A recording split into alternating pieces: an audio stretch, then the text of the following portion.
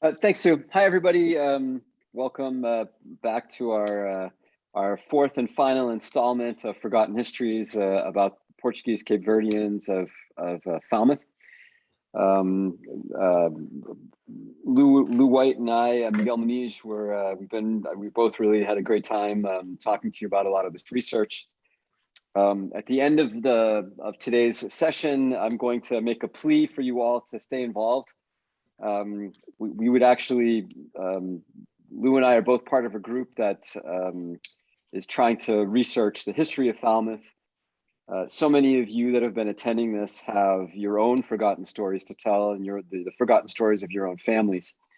And we would like to recruit you all to help us assemble some of these stories, collect oral histories, and to otherwise create a greater and broader catalog of some of these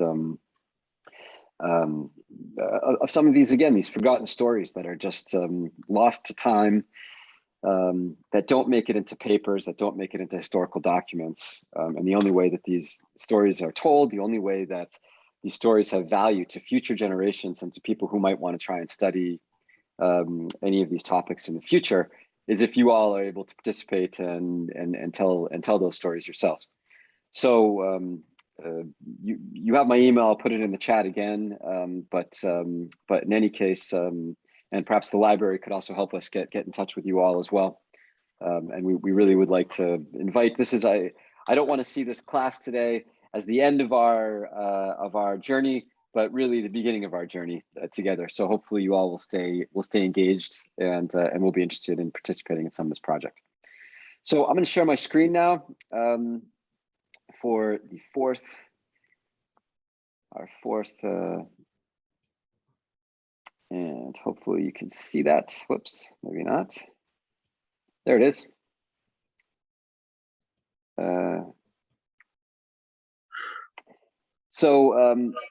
This is an image actually of Falmouth taken from, I believe these are Falmouth Historical Society photos. I clipped them from Spritzel, which reprinted them, the publication, a fantastic publication, I should add, of the Woods Hole Historical Museum that publishes a really wonderful journal about Falmouth history, and has actually been one of the real great sources of information also about Portuguese in Falmouth. They've produced a number of articles. I would send you over to their website to check out Spritzel.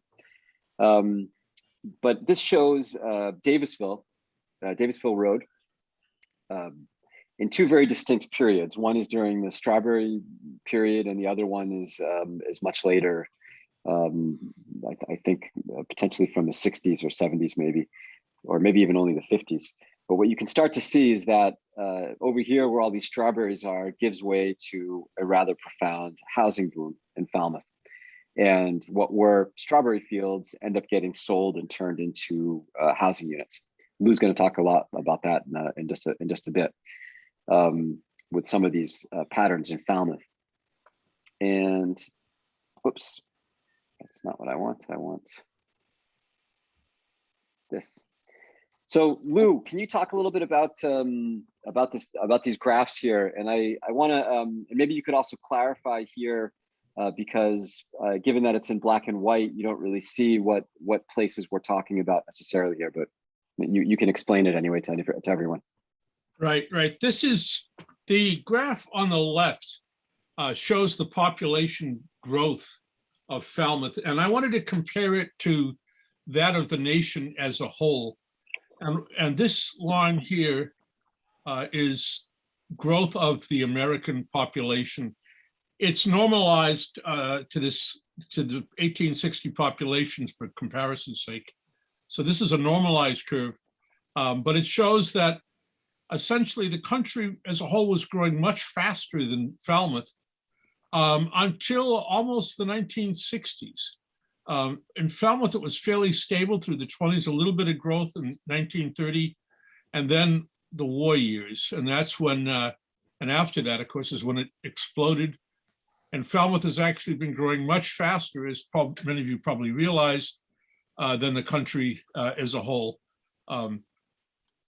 So, and again, this is when a lot of the Portuguese were immigrating into Falmouth.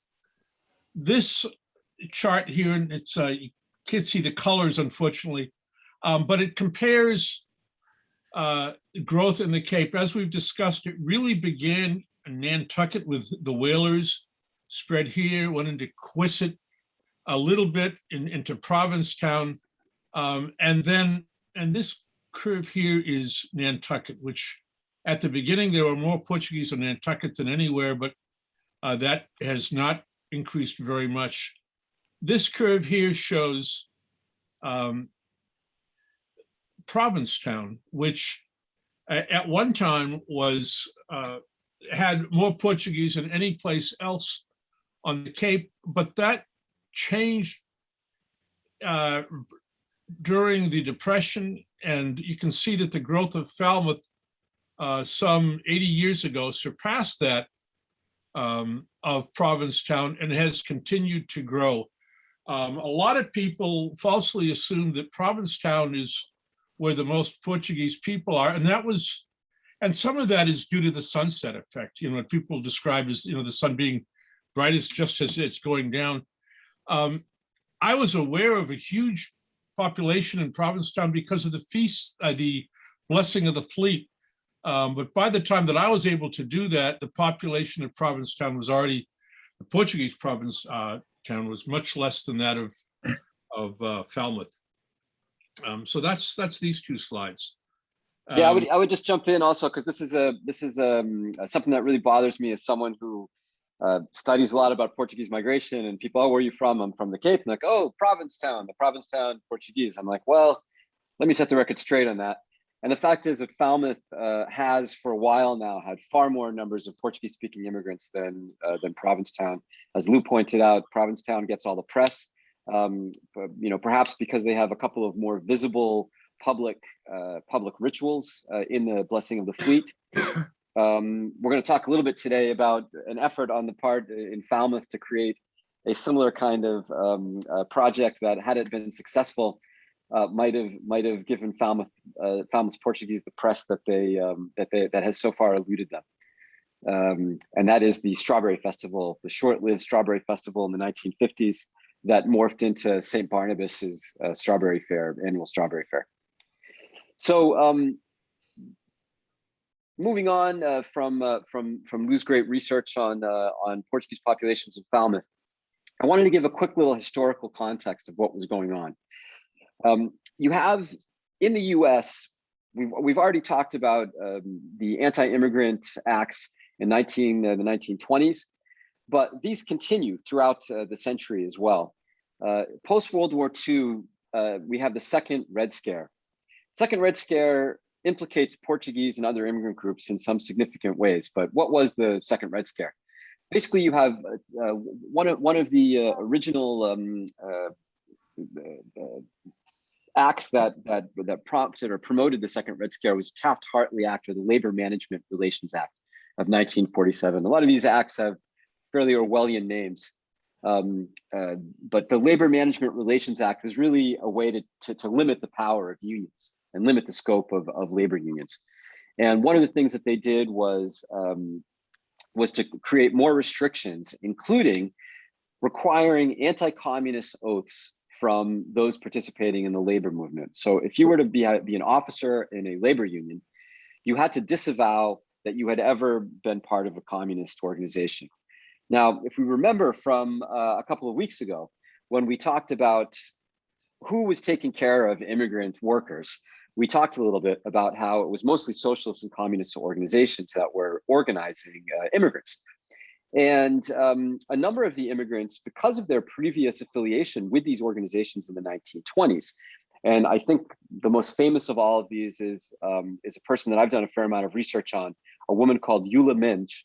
Eula Mendes was a Portuguese worker that ends up getting deported in the early 1950s from the US as a result of her organization of the New Bedford textile mill workers strike in 1928, which was largely organized by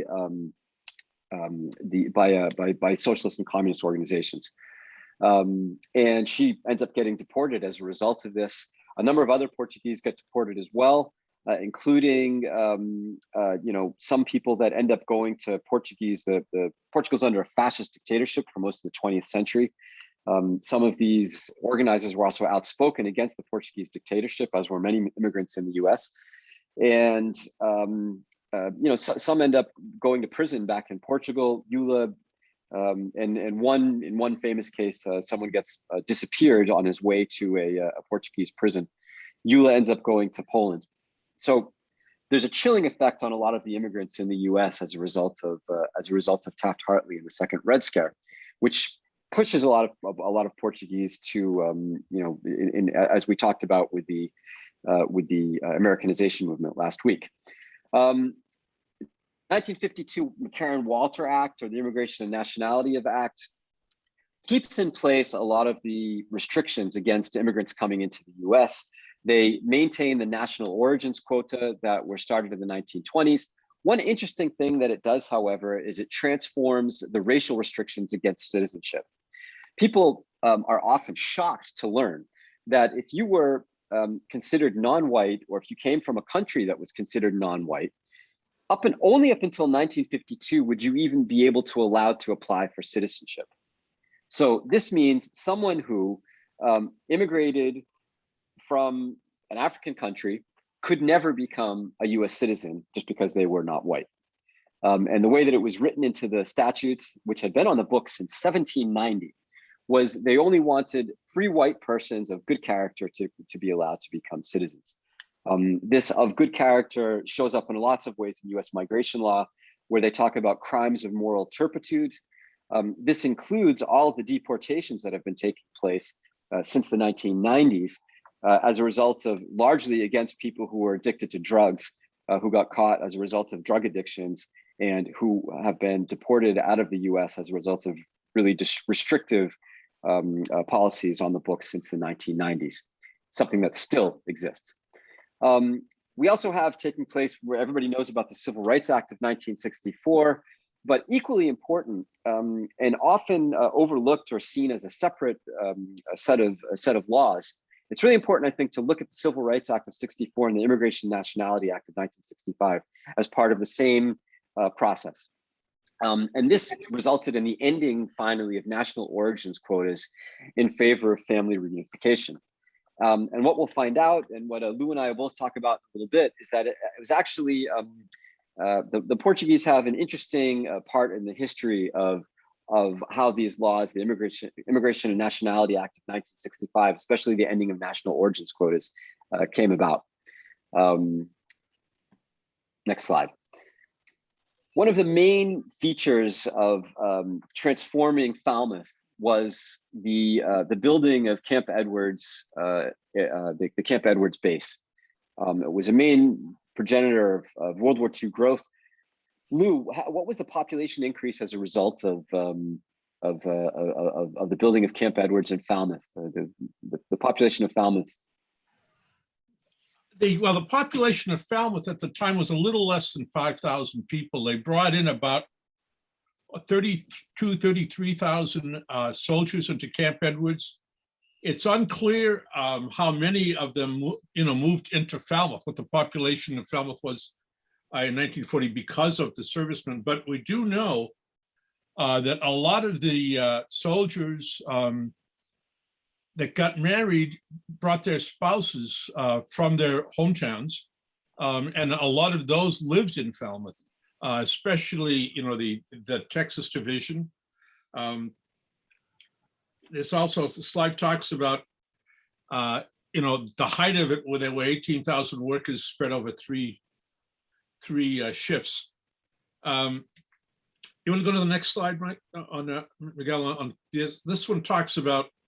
It says mostly southern states, which means mostly Texas and Oklahoma, but there's a variety of other southern states: Mississippi, Alabama, also some Arkansas, yes, especially Arkansas. A lot of the married GIs tried to find local housing because they didn't want to live with their spouses in the barracks, obviously. And a good example we talked a little bit about was Joe Sambade family. Joe was a shoe store in T-Ticket. They had a family about where the Burger King is today, where the family lived. Also, his uncle lived there. When the war came, they all moved out. Joe Sambade actually built bunk beds in the back of his shoe store for himself and his wife and his children. They rented out all 12 rooms. There were 12 families living in that house. And there's a lot of Portuguese families that did similar things that had a huge impact in terms of employment. That's when we begin having problems with strawberry pickers. They did use some German POWs to help. They also had children not go to school so that they could go out and help pick strawberries. So these are all things that are part of that impact. The other thing is that if you take a look at how the marriages actually occurred in Falmouth, the population of marriages jumped by a factor of almost 4.5. And most of those were of soldiers marrying their fiancés from their hometown and living in Falmouth. But it also indicates that, how they were trying to import their own environment to Falmouth, and they tried to live their own way as opposed to living, in any way integrating with the community. There was a lot of friction. They did not like it when Portuguese families spoke Portuguese because they thought they were talking about them. And similarly, they brought a lot of their own culture and attitudes. And I think it was a real flashpoint for increasing discrimination in Falmouth. They particularly, especially the Cape Verdeans, but also the Portuguese. So these are all part of this huge transition where Falmouth's economy and culture changed dramatically, beginning with World War II.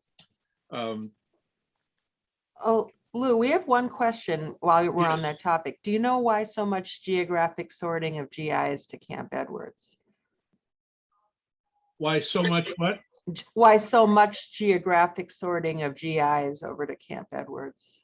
Well, it wasn't, I think there was a huge concentration of Texas and Oklahoma in particular, but the other ones is that it was a staging area, it was a training area on the base. They actually had they built a German town on the base so that our soldiers could be trained in urban warfare. And I think the only facility for doing that was at Camp Edwards. So that's why a lot of these other soldiers were brought in, in some cases for shorter periods of time. They weren't there as long as the Texans and the Oklahomans, but this influx was constant throughout the war. And the other way that it impacted Portuguese families are marriages actually with Portuguese as well. And there are many Portuguese that are working on the base, both doing construction on the base and working in other activities. I know that in my own family, for example, my uncle ended up, there was one of the servicemen that was here, was living here, and he brought his sister to live for the summer on the Cape. She ended up meeting this Portuguese boy, and they ended up getting married. So there was a fair amount of contact among the Portuguese and these servicemen. But Lou's points about discrimination is an important one. I think that a lot of Portuguese, when you hear and conversations that I've had with many Cape Verdeans as well, they talk about a shift that takes place in this period in the 1950s, 1960s. And many Cape Verdeans that I've spoken with and done some oral histories with have said that that a lot of the kind of racialized and much there was a lot of discriminatory attitudes that took place as a result of the attitudes of people from the South that were in Falmouth. I tend to think that a lot of those attitudes were also in Falmouth, and I'm not going to put that all on people from the South. But certainly I think that it created some new categories of discrimination that might have been that might have also transformed Falmouth, as Lou says. Another point, Miguel, is that you're talking about Falmouth residents being on base. During, if you compare 1938 to 1942, we also know that the number of marriages where only one spouse was from Falmouth also doubled, and that's again due mainly to the I think Camp Edwards. And a lot of the women that got married, I would guess, worked on the base in some capacity. I know that my grandmother, for example, ran the laundry there.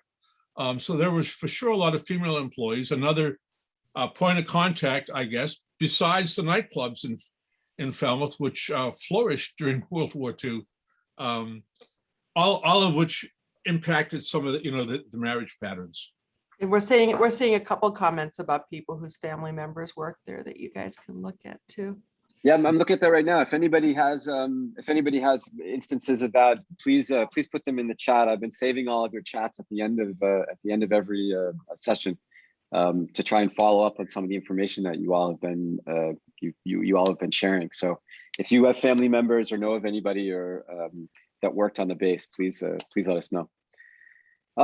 Another impact that this had was in the housing boom. As Lou points out, Falmouth has an increased population. There's a number of new marriages that are taking place with only one spouse who's from Falmouth.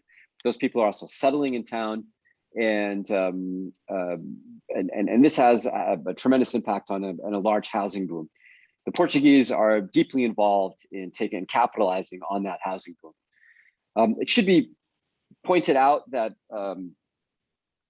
Portuguese-owned businesses are existing, well prior to World War II, not just in strawberry fields. Again, strawberry fields is one small part of the economy. I mean, it's a large part of the economy, but it's a smaller part of the actual work activities, labor activities of the Portuguese in town, who are working in landscaping or working in all kinds of other activities.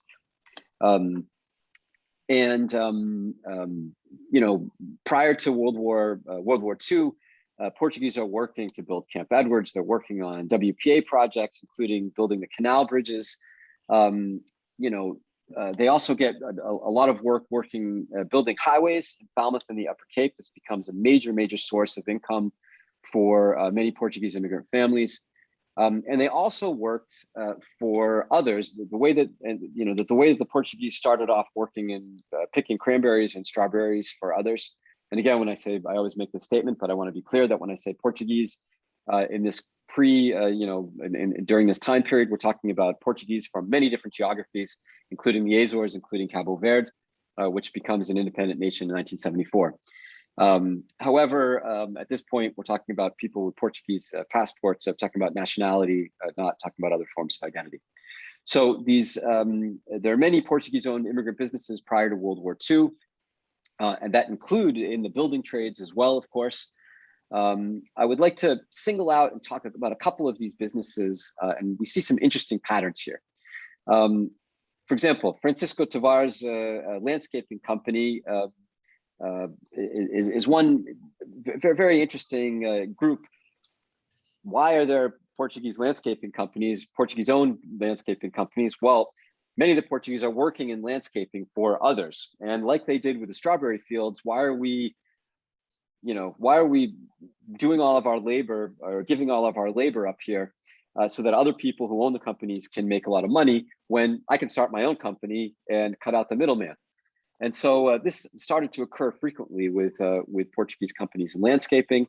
The same thing happened with lumber. Now, one of the important things about this program and about a lot of the other work that Lou and I have been trying to do, and other people like Karen Hines, or the recently established Cape Verdean Museum in Falmouth, is who gets to tell the stories about the people, who gets to tell these histories about many of these people. And a lot of time these histories are told by people who don't really know a whole lot about the communities. They might have read something about the communities, but aren't really people who lived in those communities or grew up in those communities, who have family in those communities. And one story is Augustus Lumber, Falmouth Lumber, is probably the best known lumber company in town. But why did Falmouth Lumber start? Why did John Augusta start the Falmouth Lumber Company? Well, first of all, John Augusta was a guy that had been involved in building trades for a long time. In fact, he was the Falmouth Building Commissioner in 1930s. So, of course, we have a longer history here of Portuguese in the building trades in Falmouth that extends back, obviously, prior to World War II.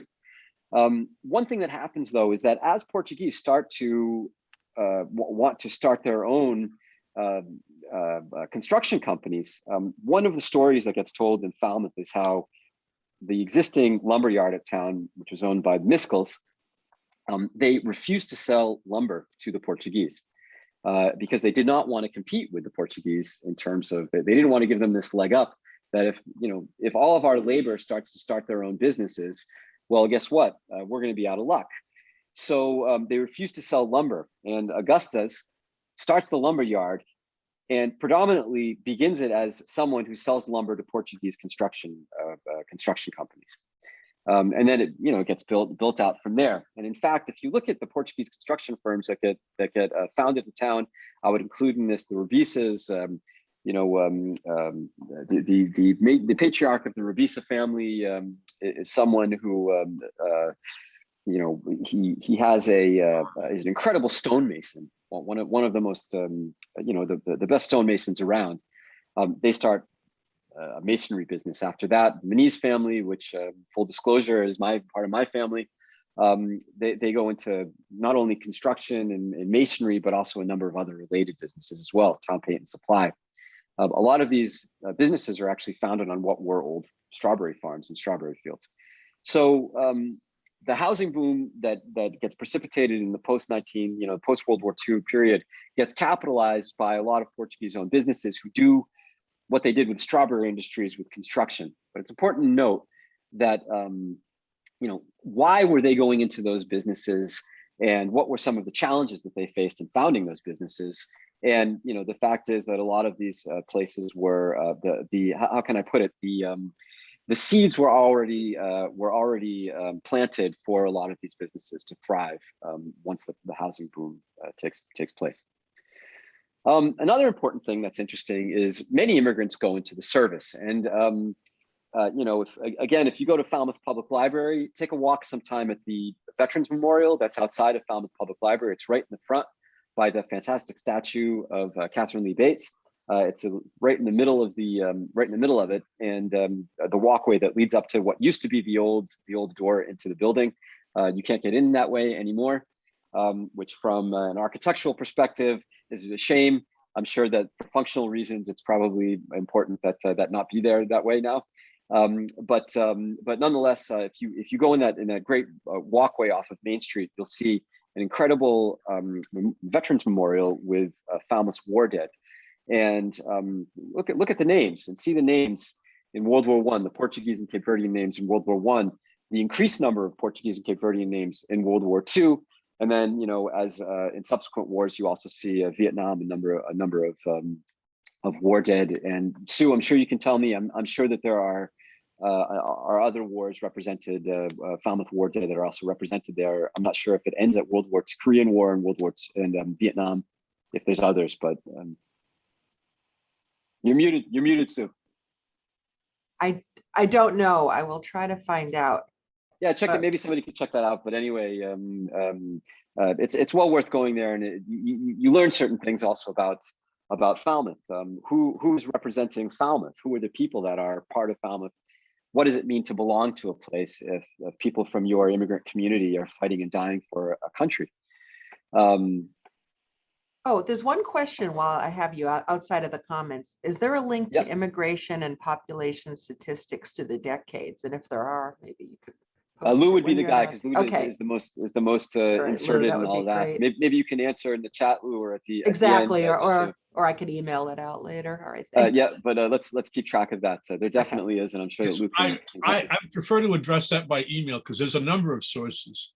Depending on the specific kinds of information you're looking for. Send me an email and I'll send it to the group, or you could send. So one of the things that happens in Falmouth post World War II is a greater sense of civic activism. And again, I want to make sure that those of you who weren't for those of you who were here last week, you know that there was a tremendous amount of Portuguese civic activism prior to World War II, including both the Cape Verdean Citizens Political Club, which turns into the Cape Verdean Club of Falmouth, as well as a Portuguese fraternity and Portuguese American Civic League that we talked about last time.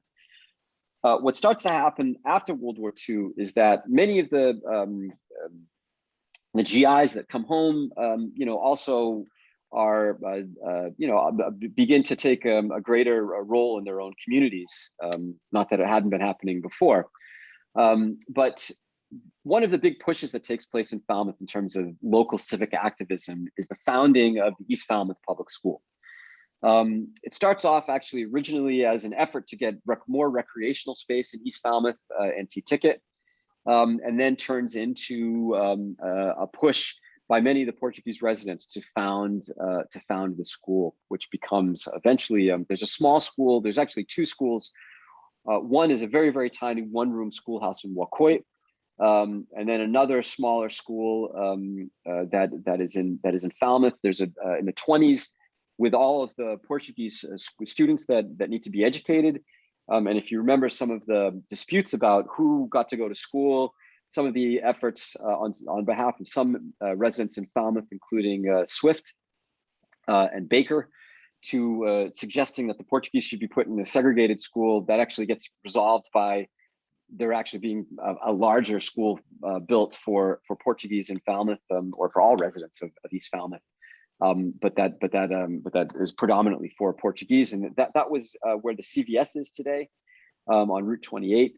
And then there's a push for an even larger school that gets spearheaded by a number of Portuguese residents in East Falmouth, and which results in the building of the East Falmouth Public School, which I think is in the 1960s when that eventually gets founded. Another transformation that takes place in the post-World War II period, and Luke can talk about some shifts that he sees in Falmouth taking place as well, but one is the end of strawberries, and strawberries becomes something that is no longer a cash crop. Bert Tomlinson, our old friend from previous sessions, Barnstable County agricultural agent, talks about a critical situation facing the strawberry industry, mainly from virus and black root, that results in a decreased yield of around 20%, and then eventually to almost total failure of the strawberry crop.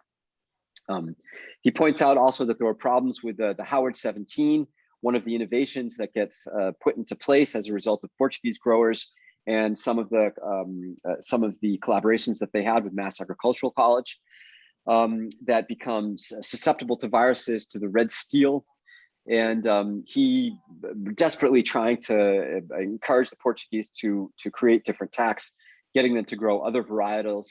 In another document, Bert Tomlinson also talks about how rising prices take place for strawberries. Another is with all of this huge housing crunch in Falmouth, with all of this new population, it becomes much more lucrative to sell your land to someone wanting to build a house, or to build a house on land and then sell it, than it is to farm the land for how much you could make selling strawberries. Another issue is the increased labor yield, that with a lot of the civic activism also becomes more activism for greater labor rights.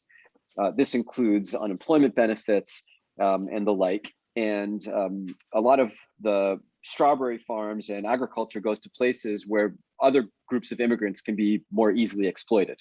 And this takes place out in California. This takes place in Wisconsin. And with the building of the interstate highway system and this more easily exploited labor, this becomes a coup de grace on Falmouth's large scale of strawberry farming in the 1950s. Another thing that Bert Tomlinson talks about is that the production also concerned not only the price per quart that you could get, but the yield per acre. And the yield per acre, because of all of these factors, also ends up decreasing in Falmouth. So it's the end of the strawberries. However, a really fascinating thing happens in the beginning of the 1950s, and that is— Miguel, before, Could we back up to that last slide? Yeah, absolutely, Lou. Jump in, as I'm glad you are jumping in. Yeah, Please take it away. I just want to do this. Britt Tomlinson, a year before that, gave what he called his funeral oration for strawberries. It was a speech he gave. And all these factors, he said, are true, but there's a couple of underlying things that need to be stressed. First of all is the importance of land. A lot of the land gets sold in the 50s. It's a different generation than the original immigrants that came here. They came from, many of them from the Azores, where they did not have at that time a system where you could just go out and buy land for money. It was more complicated than that. The business of being able to buy land for money was something that was new to them when they came to this country, and they treasured the land. They would not have sold it regardless of price. I can remember one land developer trying to buy a 10-foot wide strip of land for a path, hopefully a road to his property. My grandfather would not sell him that 10-foot strip of land for any price, because to them, land was sacred. It was not viewed as capital or as an asset. It was almost a sacred thing. Once you had land, you did not get rid of it. You did not sell it. And they're also the ones, a lot of them that are in strawberries, and to them it's a big deal. They work hard at it. They kept bringing in new varieties every couple of years as they would keep experimenting with them over the years. Both the associations and the independents did that. So that when the strawberry industry collapsed, which it did because of the war, I think, and also because of the cost of labor, and a lot of the reasons that Britt Tomlinson brought out. But the problem with strawberries was as much labor as anything else. And when they didn't have that pool, there were no longer GIs, POWs rather, to help. It became a huge issue getting the strawberries picked. And a lot of them chose to get out of it. I know that my own family that was big in strawberries at one time, my grandfather's decision was to simply get out of strawberries because, unlike Tony Andrews, he did not want to allow people in the fields trampling over his strawberry plants. It's almost a religious, it's not just a money issue is what I'm getting at, but in the 50s, it's a different generation that owns the land, and they see opportunities to convert capital into cash. And they did it in combination, especially with the Vidal family, by building lots on their own land and houses on their own land and selling it. So it's a complicated issue, but all these other points are certainly true. Yield did go down, and a lot of that is because it's a change in generations, it's a change in attitude. There's a lot of things going on here that aren't just related to strawberries, but also the way that the Portuguese culture is evolving and attitudes are evolving as people get affected by the Americanization efforts of things like the Portuguese American Civic League. That's all part of this thing, and they all contributed to the end of strawberries. That's what I wanted to. These are all really important points. And if I could just build a little bit on what Lou says, Lou's comments points out that a lot of times when we talk about these histories of immigrant groups or the histories of the Portuguese, we see it as a very monolithic history. But the fact is that these are all individuals. Many of them have different attitudes about some Portuguese had no problem whatsoever selling their land. Others, like Lou says, were very serious about it. I mean, in my own family, I had two very different sides. One that wanted to make a buck off of anything that they could, and we're not very sentimental about things, and another part of my family who, for example, one of the problems I think that our friends at the 300 Commission, trying to buy up a lot of this land to preserve it in Falmouth, that they ran into with a lot of Portuguese families is that people did not want to sell their land.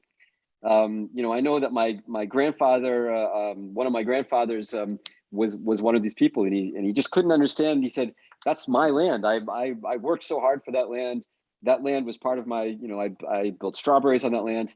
he gave away parts of his land to his children as they built houses and got married, but did not want the 300 Commission to have, he just he didn't want to build on that land, but he didn't want somebody else to own the land, So this is something I think that it's an interesting thing that took place. And again, as Lou points out, points to a lot of different strategies going on. Also, we tend to think of generations as sort of this generation stops, but that isn't really also how it works. There's lots of different there's people who are immigrants alive at the same time that there are people who were born in America that were alive. Those people have different attitudes about the world. They have different attitudes about what it means to belong to a place as well. And so it encourages us to have a much more complicated view about all of these processes that are taking place in in a place like Falmouth, but also elsewhere. To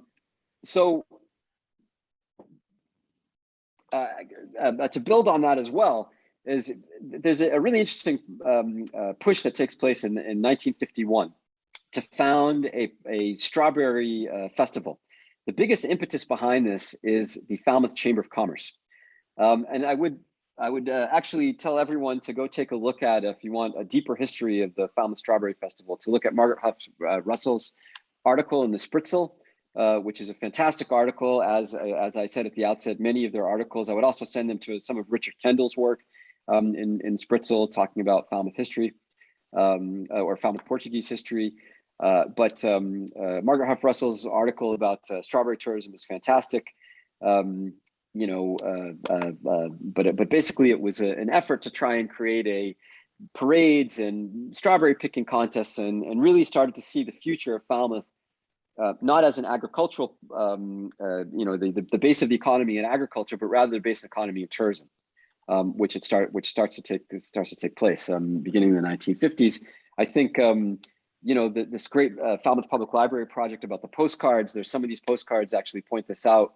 Some of the touristic postcards to try and sell Falmouth as a tourist destination becomes something that takes place. I'm sure that Sue could tell you all a little bit about that, and there's probably maybe even some exhibits, I think, at Falmouth Public Library about those postcards.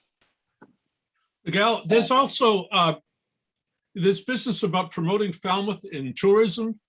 If you read some of the articles during World War II, there are articles about people concerned about the way GIs are being treated because they want them to come back as tourists.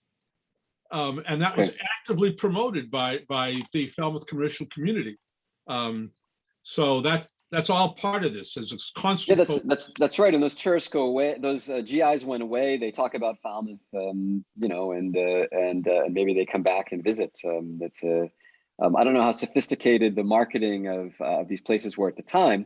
However, I came across a couple of fascinating documents while doing some research at the New Bedford Whaling Museum's consular archive.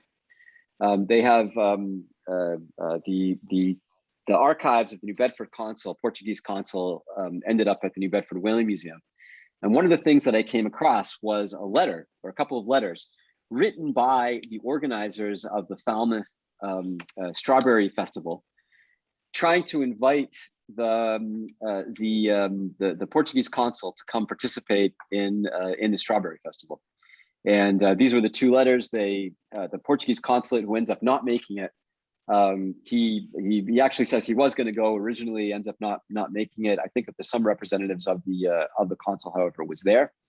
They talk about the queen of the Festival of Strawberries, and there was a really interesting effort on the part of the Strawberry Committee to include the Portuguese in this, in this event. And they somehow, in some ways, they really saw it. This is really one of the earliest examples of this kind of ethnic marketing, using the ethnic community to create a marketing effort, which I think was done to great effect in Provincetown for the blessing of the fleet. And if you look at different New Bedford festivals, some were more successful than others. Some kind of maintained a more religious character. If you look at the Big Madeira feast in New Bedford, this is something that takes place as well. But in Falmouth, there's an effort here on the part of non-Portuguese to create a Portuguese festival, which is really interesting. I would go back here and say that a lot of the Portuguese weren't really interested in this festival. Many of them sort of thought of it as kind of a waste of time. There are a number of Portuguese that actually get quite involved. They're quite interested in participating in the picking contest and all this. Tony Andrews, who becomes one of the main guys that realizes that there's a different future for the strawberry farms and the strawberry fields. That ends up opening up his farms and basically creating his own sense of strawberry tourism with many of these farms. We have a situation that takes place where he actually embraces the strawberry festival, enters a float, and the Andrews farm actually wins the first prize for the float. Lou, I don't know if you know anything else about this about the festival. Were you at all involved in the festival, or? Well, I know that Cynthia Botello was may have been the first queen of the. I don't know, but again, she's part of the Augusta family, so that heritage goes back to Antone. But this business, there's no question that Tony Andrews was a smart guy, and he very, very perceptive. And what he did was in many ways brilliant. But again, this is a time that strawberry growing, again, this is the sunset effect of strawberries in Falmouth. That's what this is. And for those who don't know, of course, Tony Andrews is a Cape Verdean. One might not always know that. Right now, Tony Andrews Farm is still a working farm. You can visit that place if you'd like. But if you want to find out about Tony Andrews Cape Verdean history, I would send you to some of the writing that's been done in Falmouth. I believe the Book of Falmouth has an article about Tony Andrews Cape Verdean background. I would add, Miguel, that this is another example of a tremendous success story. I mean, when Tony Andrews did not even have money to pay for his passage, he had to work his way on the boat to earn his passage. So he came here literally with nothing. And he built this farm, fantastic business. He was a very, very shrewd person and hardworking.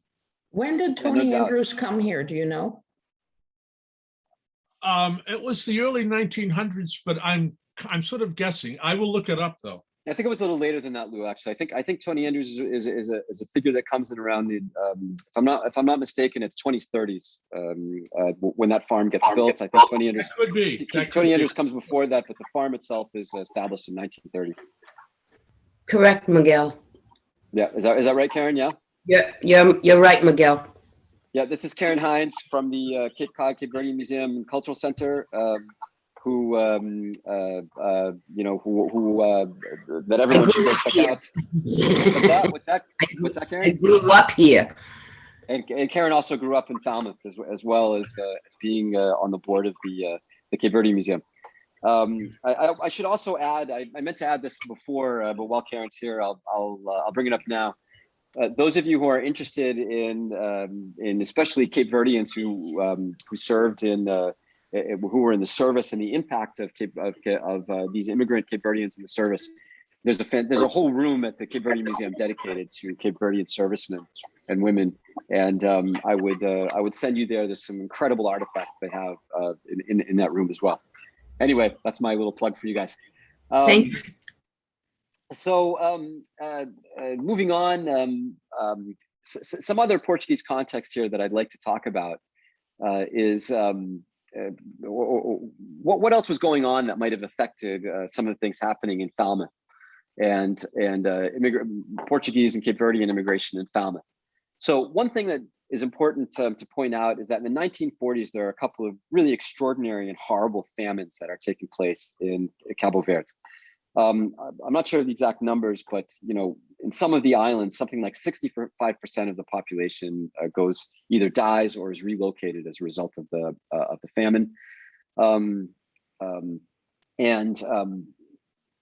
there's actually a huge groundswell of support in Falmouth for the famines that are taking place in Cabo Verde. So there's a number of fundraisers spearheaded by the Cape Verdean Club of Falmouth, but that includes participation of a number of other organizations, including St. Anthony's Church and some of the other Portuguese organizations. But it's spearheaded by the Cape Verdean Club, and they raise money for the famines. Another major natural disaster takes place. A famine in the case of Cabo Verde is both due to drought, but it's also due to mismanagement, political mismanagement, as a result of the Portuguese fascist government that's in power. Similarly, the Azorian Refugee Act, well, actually, let's talk about first the Capelinos volcanic eruption that takes place.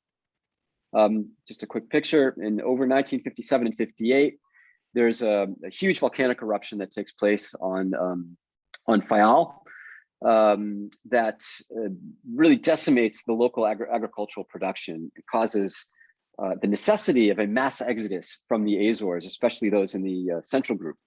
What ends up taking place, however, is that the U.S., the Azorian Refugee Act is passed in 1958, which helps to bring, opens up the quotas. Effectively, it ends the notion of national quotas for those trying to escape the Azores. The bill is sponsored by John O. Pastor, with also some assistance from Kennedy. Tip O'Neill was not the only one that said all politics is local, and Pastor and Kennedy realized that given the large number of Portuguese that were in New England or in these two states of Rhode Island and Massachusetts, that this would be an important act for them to sponsor. Lou, you found these a couple of these families here. I'll let you talk about this. Well, I thought this was interesting because these are the first two that are here. They are. A lot of things are different about this. This is part of that third wave we talked about. It was the largest wave of immigration, and it began because of the volcano, which you got to understand. This was a huge volcano. This eruption lasted for over a year. Some of these plumes went a mile into the air. And there was one particular night, it was called the Night of Terror, where they recorded over 450 earthquakes. Now, these are minor tremors. I shouldn't say earthquakes. 450 tremors in one 24-hour period. So, we hear about volcanoes all the time, but this was truly unusual and devastating. Houses destroyed, fields destroyed, things under inches and inches. It's sort of like what happened on Mount Helens here, except on a much larger scale. So you want to go back to the other slide, Miguel? Yeah. Yeah, next one. Oh, sorry, the families. Yeah, of course. Yes. One of the things that's different about this is that if we saw in the second wave, which was previously the largest, it was basically people that went to the mills and for a variety of reasons found their way to Falmouth. Usually there's a delay of about a generation before that happens. What's different about this third wave is that these are people that are immigrating directly to Falmouth. These first two families were both sponsored by the family of Myron Medeiros. And it was just, this was the very beginning, but it was a beginning of a pattern. These are people that are coming here. They are not, as in the second wave, it was mostly laborers. First wave was people in the maritime trades. These are people that are small businessmen. They're contractors, they're skilled laborers. These are people that are coming here and contributing immediately in a way that's not just labor, although clearly part of that was that way. But again, it's the beginning of a pattern. It's an explosion. It's people coming directly here, people being sponsored by relatives that are already here. That's, I think, the single biggest difference, and it was an explosion. So, this volcanic eruption again was a natural disaster, but it was also a political disaster as well, because this was a failure on the part of the Portuguese fascist dictatorship to take care of its people. A similar, a greater effect, though, although this had a very large regional effect, and Lou has pointed out, of course, these families that were settled in Falmouth. A much bigger effect on Falmouth's post-World War II Portuguese population, at least from the 1980s on, was the earthquake that took place on Angra. And this was a devastating earthquake that really destroyed the city of Angra on Terceira in the Azores. Unlike what had happened with the Capelinos eruption, the government in the Azores actually tried to prevent this mass exodus from taking place. And what they did was they actually invested a lot of money. Nonetheless, a great number of families came to Falmouth from the Azores during this time period, mostly from the villages of São Mateus and Santa Barbara. And in fact, one of Falmouth's largest annual feasts, the East Falmouth IDES, or what's known as the Azorean Feast, was founded by these immigrants from Terceira that came in the early in the 80s. So I just wanted to point that out. I also think that it's extremely important to point out that although the Azorean Refugee Act did allow a number of immigrants to come in, the real impact was when with the Immigration Act of 1965. The Immigration Act of 1965 is what ended the quotas, is what really started the mass influx of migration of Azoreans, especially to come into the U.S. during this time period. And the lion's share of them were working in industrial, continue to work in industrial capacities and continue to work in low-wage labor capacities. It's also important to point out, and interesting to point out, that during this time period, there were actually more people born in the Azores living in the US than there were living in the Azores. And what I also like to point out is that there were more people born in the Azores and in Cabo Verde living in Falmouth than were, how can I put it? The village of Falmouth, or the Portuguese village of Falmouth, was larger than most Portuguese villages in Cape Verde and in the Azores. That's all I'll put that. So these are a couple of important factors to keep in mind. Lou, I think you got to this slide. We're at the end of our time here. We've gone a little bit over time every single time. That's not going to be any exception today. There's a couple of other slides that I'd like to talk about to kind of sum up some of the big themes that we've put out there over the course of over the course of the last 4 weeks that we've been talking with everyone. One is how a lot of these factors influenced anti-immigrant sentiments and racial divisions and these kinds of topics that we've been kind of talking about since week one. One thing that happened, I think, with this influx, this new 1960s influx of new immigrants, is that a lot of the older immigrants became quite discriminatory against the newer immigrants, in that they used the influx of newer immigrants to establish their own bona fides as Americans, with a lot of discriminatory practices. I think you start to see derogatory terms popping up against some of these newer immigrants, a lot of them who were working class laborers, many of whom, by the way, were working for older, more established Portuguese immigrants who owned their own businesses. So a lot of the older established Portuguese-owned businesses hire newer immigrants and start to repeat patterns that had taken place against themselves. The term greenhorn, for example, is a term that comes up during this time period, which is a derogatory term for the more recent arrivals coming in the 60s, as opposed to the more American, the Americans, quote unquote, which meant American-born Portuguese. Lou, you shaking your head? I don't know if you want to add something with that. No, I was I'm glad you used the term greenhorn, because it was very popular, very common use, in exactly that way. Yeah. So another thing that takes place is, I didn't mention it before, but the Portuguese are in the midst of a colonial war in the 1960s. There's a massive colonial war that's taking place from 61 to 74.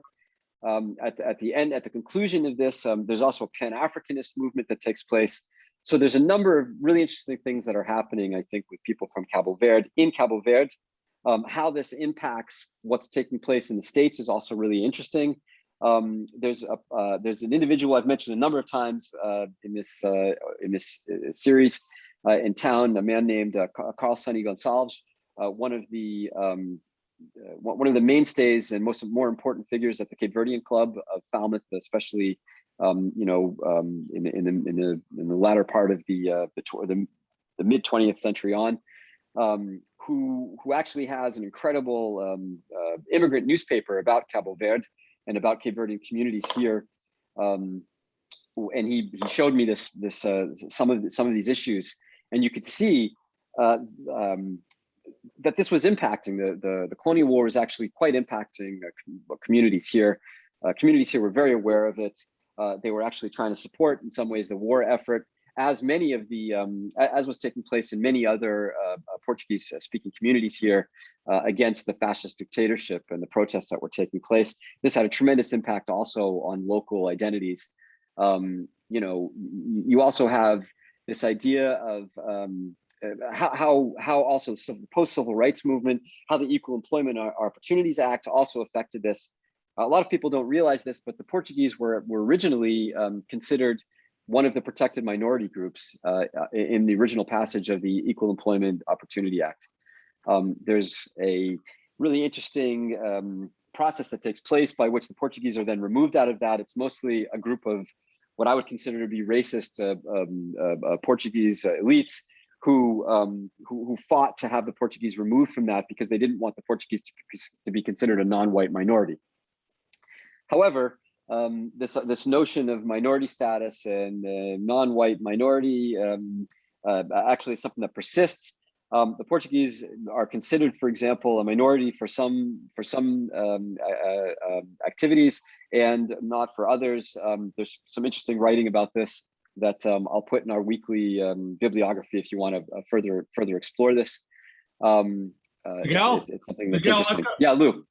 There's sort of an irony in this slide, and I just wanted to point it out. And it goes back to this first point where you're talking about Black and white Portuguese, and I think what's underlying a lot of what's happened in a lot of the ways is that it's not quite true. The Black Portuguese are viewed by many as being not really Black, and the white Portuguese are viewed as being not really white. Right. So in that sense, they both suffer from the same. We both suffer from the same things. Yeah, I would say that that given the history of racial discrimination in the U.S., I think that Black people categorized as Black have we can compare immigrant discrimination to racial discrimination and the legacy of slavery in the U.S. But I think that there are definitely degrees of discrimination that are taking place that are one can point to it. But as Clifford Montero, who was a how did he put it? I've been doing some interviews with the great Clifford Montero, who was a major figure in the Rhode Island NAACP. He's from his family was both Cape Verdean and African American. He talks about. He said, I can't think. I don't want to misquote him because it's such a great quote. But it's something along the lines of, some people are getting hit a lot harder, but at the end of the day, when you're getting hit, you're still getting hit. I want to recognize though that some people do get hit a lot harder. But at the end of the day, as you point out, if you're getting hit, you're still getting hit. And this is something that we all need to recognize and look at. What were the process of that. I want to actually point out that Sandra Feynman Silva, who wrote a great book about Provincetown, and she looks at queer identities in Provincetown and Portuguese identity in Provincetown. She just put a comment, and I'm just going to read it if I can. But it said, Provincetown had a racial hierarchy in which mainlanders, islanders, and Cape Verdeans were socially and geographically ranked top to bottom. Intermarriage was rare, but eventually the hierarchy broke down through intermarriage and cross-group interactions. So, again, this points to some of the complexities, I think, in Portuguese racial identities throughout the century. It also points to how these identities transform over time, they change over time. There's a really interesting point also made by in Marilyn Halter's book about Cape Verdean identity, where you have 3 different generations of a Cape Verdean family, all of them having a very different sense of their racial identity.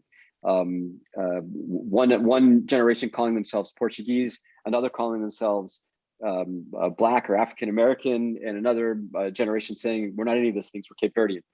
And I think that this continues to take place.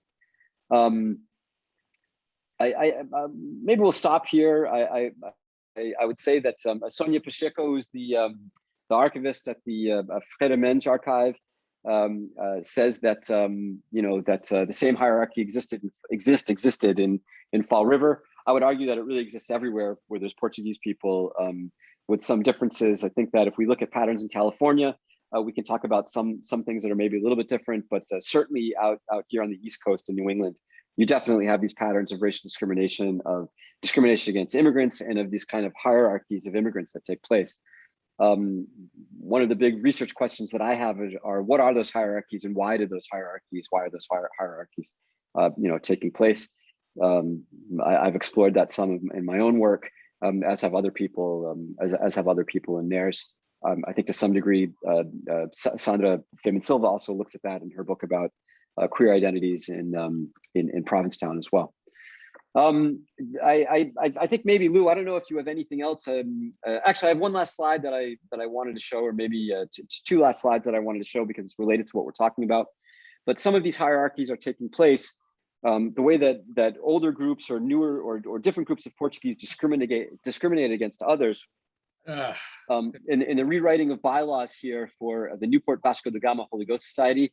And this document, by the way, I just mentioned Sonia, but this document is actually in the Fredemenja Portuguese American Archives. That's what I got this out of. They changed the bylaws to exclude, it was for any person of the white race of Portuguese descent. And so again, this notion of trying to create a distinctions between Black Portuguese and white Portuguese, and probably the most famous figure in this, in terms of creating, doing things to create disparities between white and Black Portuguese, is Luciano da Silva, and some of the discourse that he has about Dighton Rock, especially this book that he wrote about Dighton Rock, where he really makes an effort to try and define white Portuguese as part of a placemaking strategy in America. It's something that we've been talking about with the Americanization movement, certainly last week and a little bit in the week before that. So this is something that's interesting. Sonia has a comment. I'm just going to read it because it's interesting. Part of the immigration history in the US is that new groups are usually labeled as non-white, and that label is only removed when a new immigrant group arrives and takes the lowest jobs in the hierarchy of employment. And this is something that I think that was consistent as well in Falmouth. And Jennifer anyway, had something about Brazilian immigrants. Yeah, I didn't see that, but Doreen also has something here. My Barros family has had a tree for 5 decades with reunions, and I've been researching records on these known relatives. Some say they're white, some say they're others wrote Black. This is a perfect example of what I was talking about a little bit earlier from Doreen. And Jennifer says, I'm curious about what's happening with new. Yeah, this is a great question. I was about to actually just talk about that, which is that since in Falmouth, really since the 90s, and I would also point out also that one of the board members, Patricia Oshman of the also at the Cape Verdean Museum and Cultural Center as part of our Migrant Immigrant Histories group, she and Alex Oshman, also who's an intern there and works at the museum, also helped to create a great slideshow about the history of Brazilians in Falmouth. So what I'm about to tell you is from their research that they did and the work that they did. But from starting in around the 1990s, you have a lot of immigrants coming into Falmouth. There's a larger immigrant Brazilian population in Hyannis. But in Falmouth, there's also a very large Brazilian population. And I would also say that, yes, in fact, that many of the issues that were faced by a lot of these groups, as Sonia points out, in low wage earning jobs, they take on the burden of a lot of that discrimination. I think that's happened definitely with Brazilians in Falmouth as well.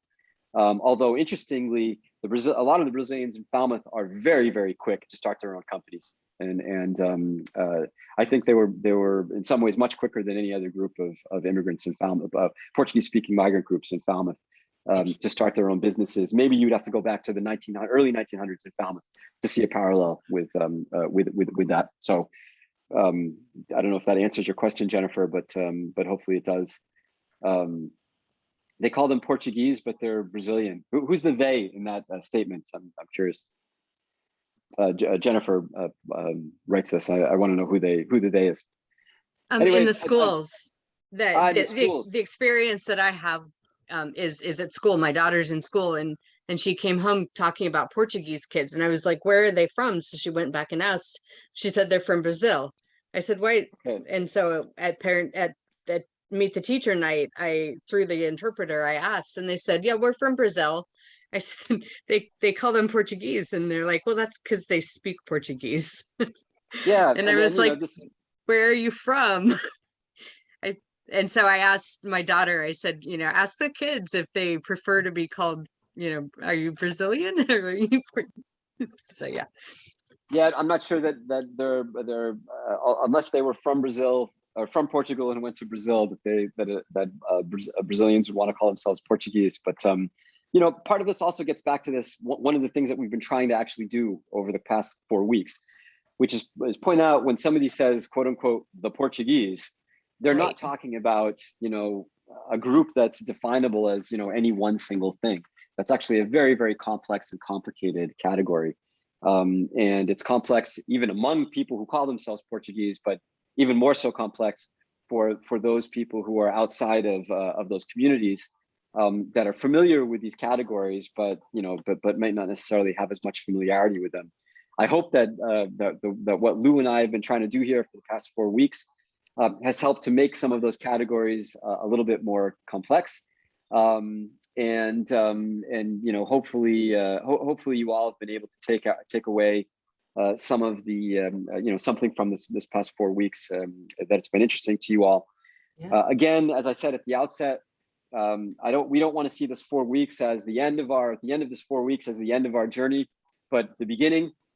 Lou and I, Karen Hines, and a number of other people, Jill, who's also here, my sister, we've been involved in the Migrant Communities Project efforts to create some oral histories in Falmouth, and we'd like to continue with that project. If any of y'all are interested in, instead of just hearing about these things, actually discovering some of this stuff yourself, if you have your own family histories that you'd like to talk about, or if you're not even from the Portuguese community, but you'd also like to contribute and learn, because like I said last time, there's not Falmouth history and Portuguese history.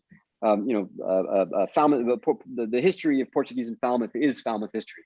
So, if you're interested in contributing and finding out more about Falmouth history and its many interesting facets, I hope that you'll join us. One thing that we would like to do is do another one of these, maybe next semester or next year, whenever the research is done, that brings us more up to date, where we can talk about more contemporary, current communities, not just Portuguese speaking migrant communities in Falmouth, but there's also a wealth of other communities, immigrant communities in Falmouth, including a sizable Jamaican population in Falmouth that I don't think really deserves this treatment that the Portuguese have been getting, and who have many, many interesting histories to tell as well.